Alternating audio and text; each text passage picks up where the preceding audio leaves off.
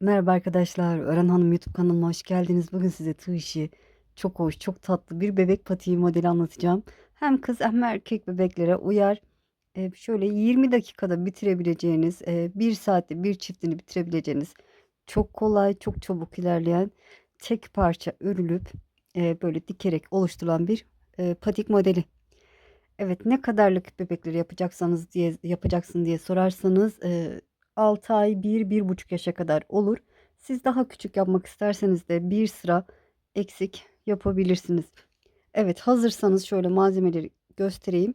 İp olarak Baby Best kullanacağım. Pembe bir ip kullanacağım. 100 gram 240 metre civarı. Tığ olarak ise 2 numara 2 milimetrelik tığla öreceğim. Hazırsanız şöyle ipimi kenara alayım. Hadi bakalım başlayalım. Bismillahirrahmanirrahim.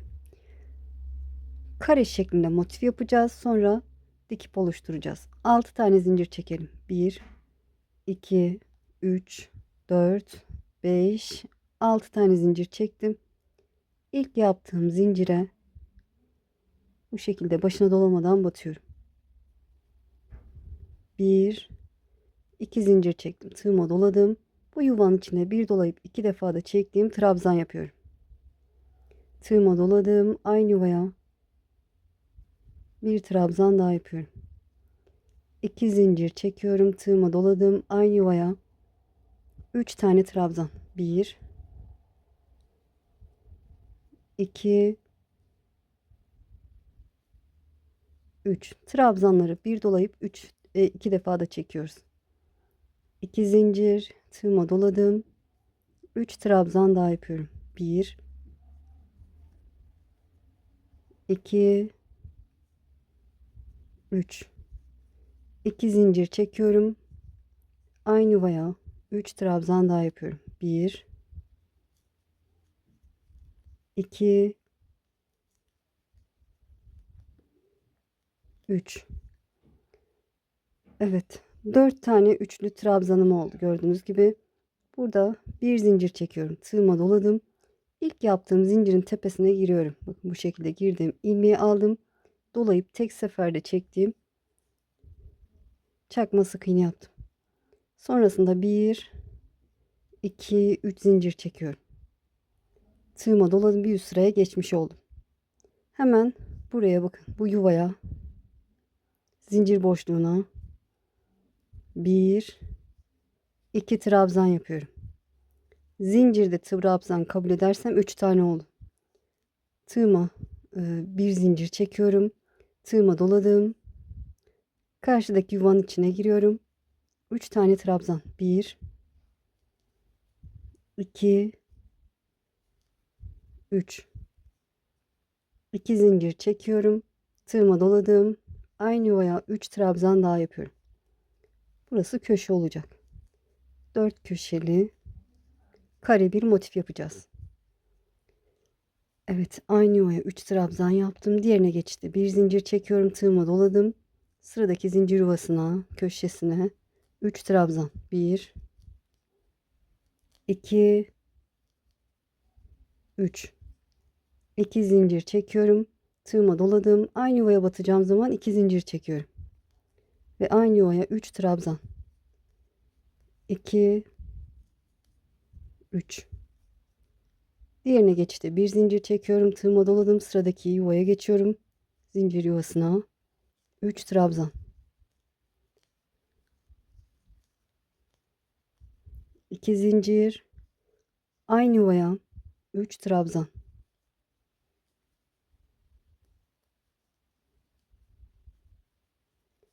Bir zincir çekiyorum. İlk yuvaya yarım desen yapmıştık. Tığıma doladım. İlk başladığım yuvanın içine 3 trabzan. 1, 2, 3. 3 trabzan yaptıktan sonra bir üst sıraya geçiş hep aynı. Bakın bir zincir çektim. Tığıma doladım. İlk yaptığım zincirin tepesine batıyorum. İlmeği aldım. Dolayıp tek seferde çektiğim çakma sık iğne. 3 zincir çekiyorum. Tığıma doladığım bu oluşan yuvanın içine 2 trabzan. 1, 2. Bir zincir çekiyorum. Tığıma doladım. Buradaki bir zincir boşluğuna 3 trabzan yapıyorum. 1, 2, 3. Bir zincir çekiyorum. Tığıma doladım. Köşeye bakın 2 zincir çektiğim yuvaya 3 trabzan. 1, 2, 3. 2 zincir çekiyorum. Tığıma doluyorum. Aynı yuvaya 3 trabzan daha yapıyorum. 2, 3. Bir zincir çekiyorum. Tığıma doladım. Sıradaki bir zincir çektiğim yuvaya 3 trabzan.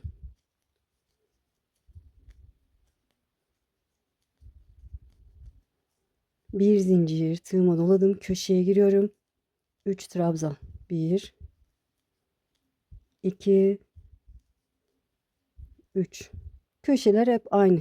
2 zincir yine aynı yuvaya 3 trabzan yapıyorum.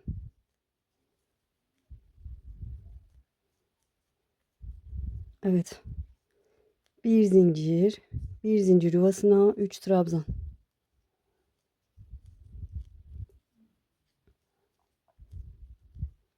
Bir zincir tığıma doladım. Köşeye geldim. 3 trabzan.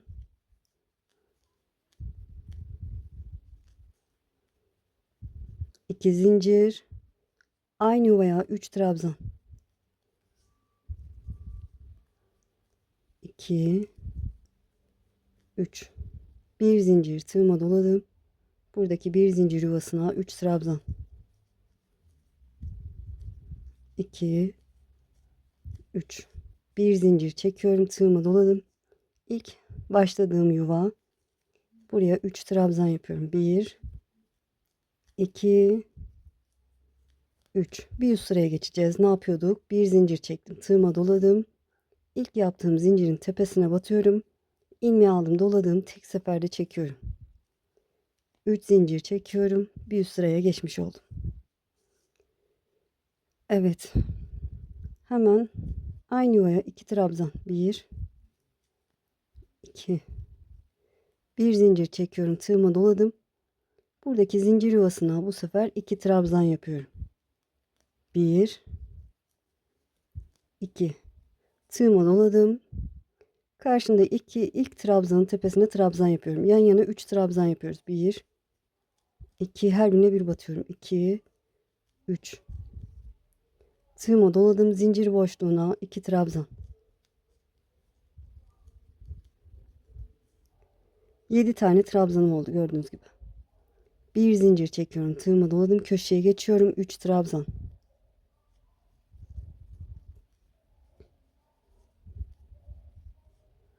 2 zincir aynı yuvaya 3 trabzan.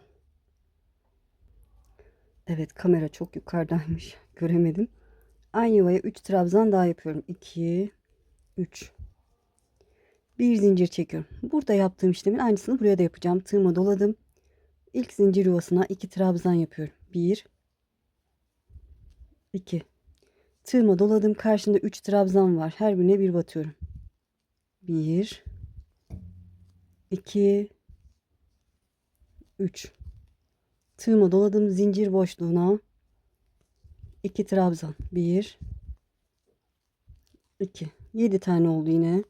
Bir zincir çekiyorum. Tığıma doladım. Köşeye geçiyorum. 3 trabzan.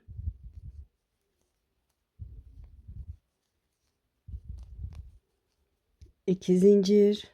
Aynı yuvaya 3 trabzan.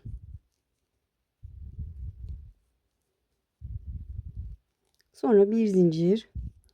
Bu ikisinde yaptığım işlemin aynısını bu iki kenara da yapıyorum arkadaşlar. Bu şekilde devam edebilirsiniz. 7 trabzan olacak bu 3 trabzan üzeri. Bunun da sıranın sonuna gelelim. Buraya kadar gelelim. Evet, sıranın sonuna geldim. Kaçıncı sıradayız? 1, 2, 3, 4. sırayı örmüşüz. Bir zincir çekiyorum.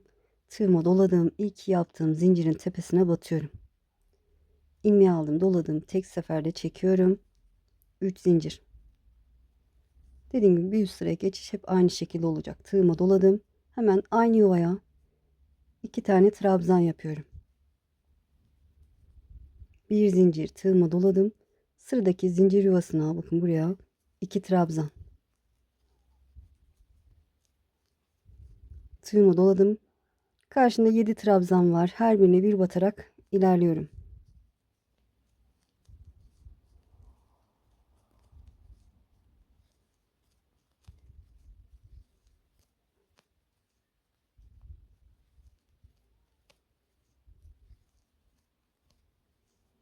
Evet, zincir boşluğuna geldim. 2 trabzan. Toplamda 11 tane trabzanım oldu. Bir zincir çekiyorum. Tığıma doladım. Köşeye geldim. Köşeye 3 trabzan. 2 zincir. Aynı yuvaya 3 trabzan. 1 2 3. Bir zincir çekiyorum. Tığıma doladım. Zincir boşluğuna 2 trabzan. Karşımda 7 trabzan var. Her birine bir batarak ilerliyorum. Burası da 11 olacak. Bir altta 7 taneydi. 2 başta 2 sonda artırıyoruz.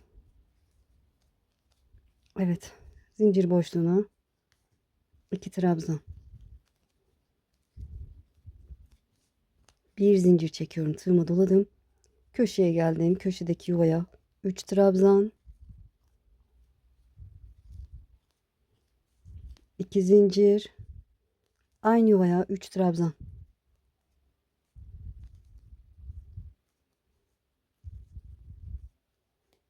Bir zincir. Sıradaki zincir boşluğuna 2 trabzan.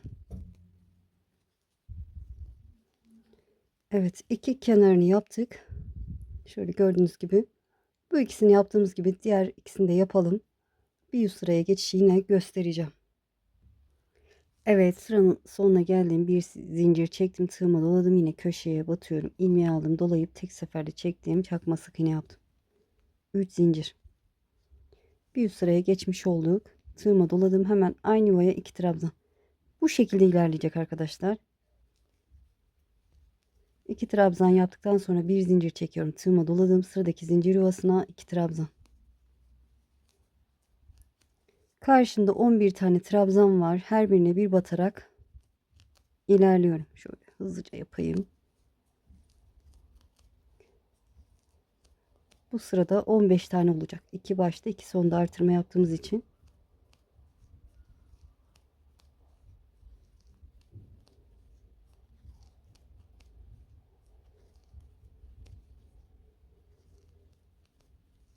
Evet, zincir yuvasına geldim. 2 trabzan. Bir zincir çekiyorum. Tığıma doladım. Köşeye 3 trabzan. 1 2 3.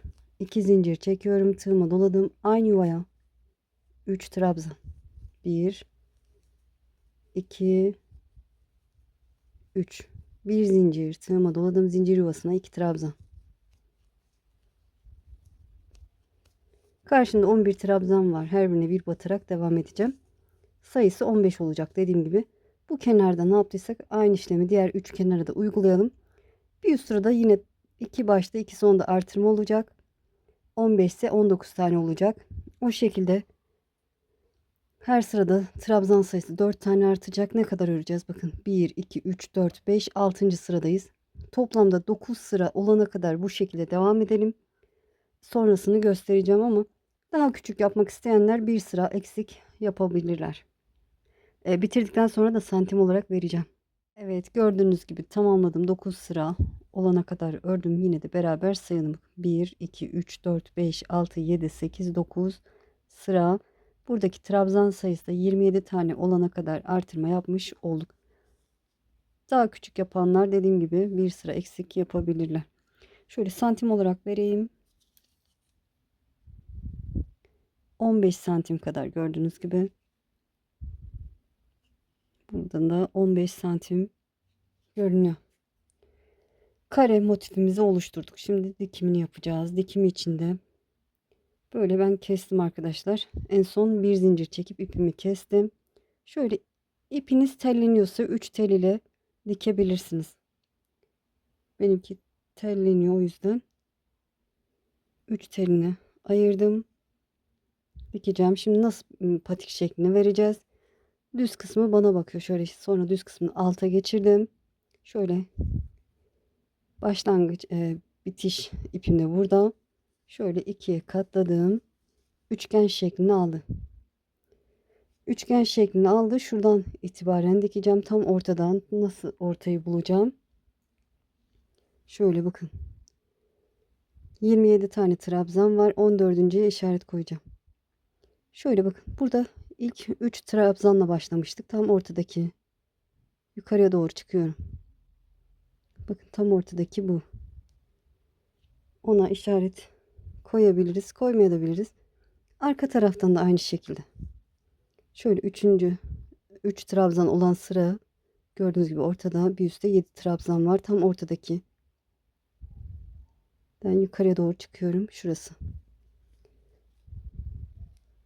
Onu da şöyle işaretliyorum. 14.'ye işaret koymuş olduk. Evet, şimdi düz taraftan dikeceğiz arkadaşlar. Düz taraftan şöyle bir sonrakinden dikiyorum. Tam ortadaki değil, sol taraftakinden başlayacağım. Şöyle düğüm atmıştım. Şöyle içeriden biraz yürütüp ilerleyeceğim ki düğüm içeride kalsın. Şöyle kendime doğru dış telini alıyorum. Bu şekilde geçirdim. Karşıdan sıradaki trabzan bakın. Dış telini alıyorum. Geçirdim. Evet, buradan da buraya geçiriyorum. Buradakine. İşaretimi artık çıkartayım.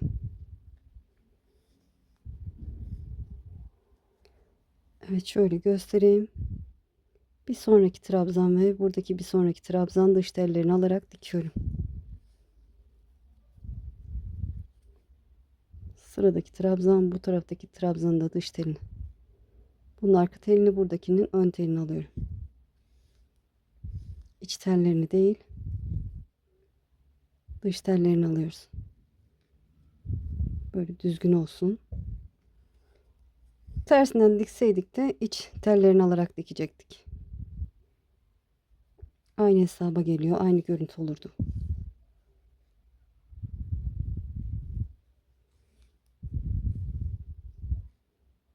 Bu şekilde karşılıklı trabzanlar denk geliyor zaten. Atlamazsanız.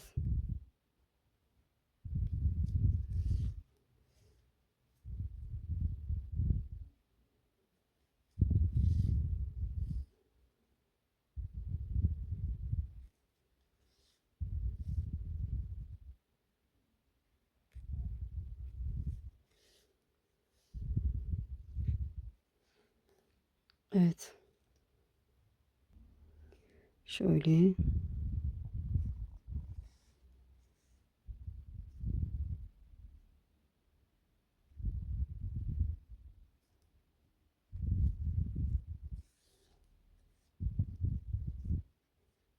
Evet, zincir kısmında zincire dikiyorum.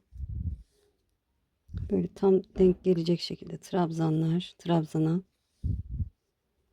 zincirler zincire denk gelecek. Şöyle. Evet, nereye kadar dikeceğiz? Bu şekilde devam edelim. Şöyle yine işaretleyicimi alıyorum. Diğer taraf bakın. Ortadaki 3 trabzanın ortasındakinden yukarıya doğru çıkıyorum. Şöyle şu ve onun arkasındakini buluyorum.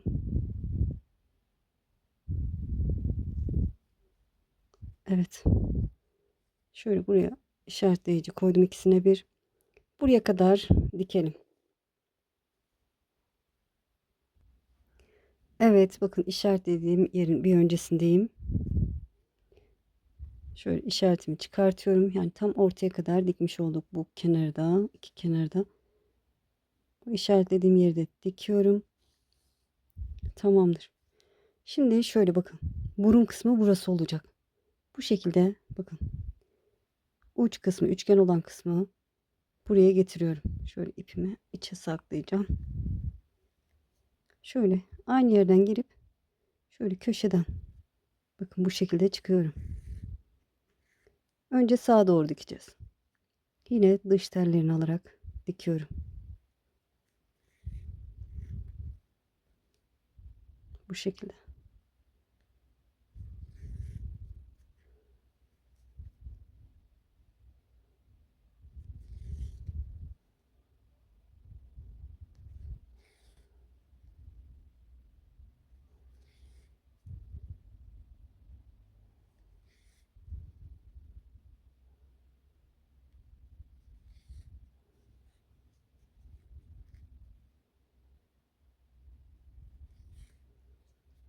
Evet bakın bir köşesini diktik.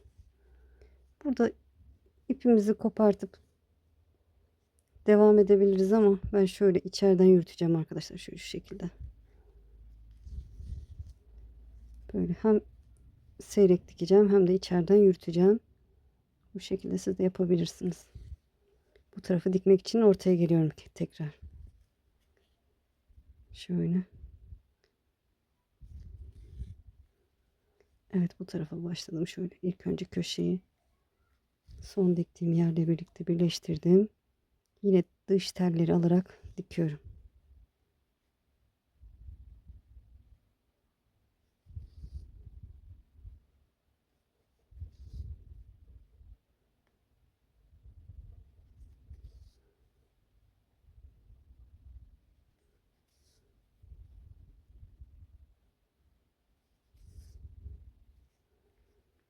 Evet, ipim bir şey oldu.